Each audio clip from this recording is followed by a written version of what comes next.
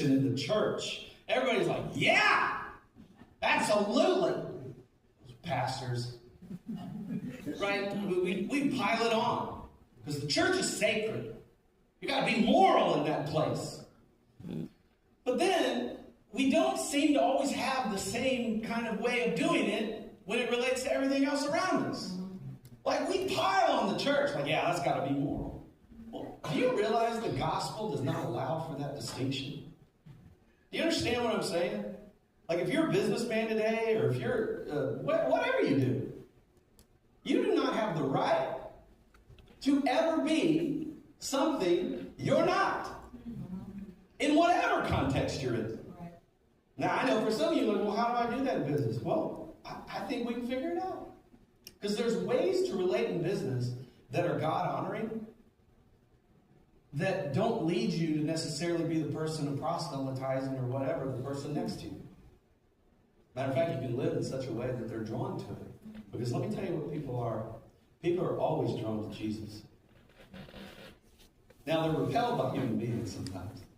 And the things we say and do.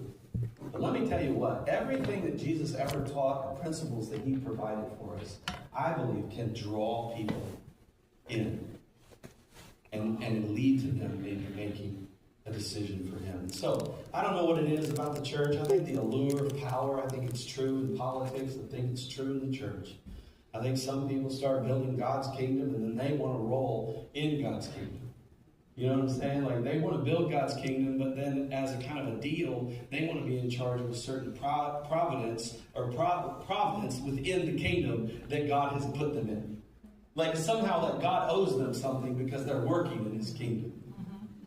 Which is completely twisted. Because God didn't owe us anything.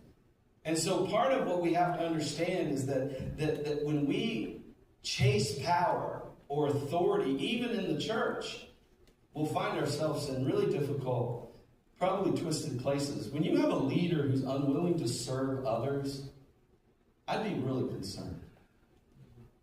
A leader that's unwilling to do things, you know, the messy things or the things that no one else wants to do.